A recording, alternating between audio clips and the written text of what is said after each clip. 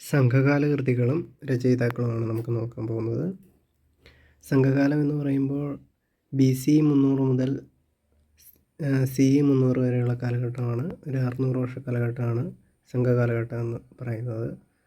അപ്പോൾ ആ സമയത്ത് ഒരുപാട് തമിഴ് കൃതികളിൽ നിന്നാണ് നമുക്ക് ചേര ചോഴ പാണ്ഡ്യന്മാരുടെ ഒക്കെ വിവരങ്ങൾ കിട്ടുന്നത്. അപ്പോൾ തിരുക്കുറൾ എല്ലാവരും കേട്ടിട്ടുണ്ടാകും. തിരുവള്ളുവറാണ് എഴുതിയത്.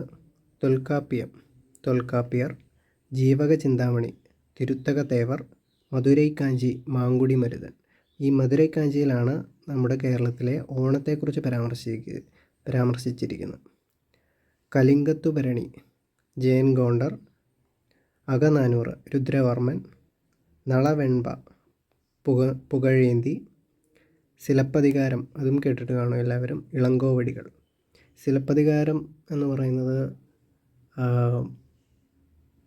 ജൈനിസത്തെക്കുറിച്ച് പരാമർശിക്കുന്ന ഒരു കൃതിയാണ്.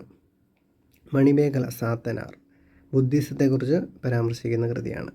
അതുപോലെ തന്നെ അടുത്തത് കമ്പരാമായണം, കമ്പറാണ് എഴുതിയത്. ഈ സിലപ്പതികാരം ആണ് തമിഴ് ഇലിയഡ് എന്നറിയപ്പെടുന്ന കൃതി സിലപ്പതികാരമാണ്.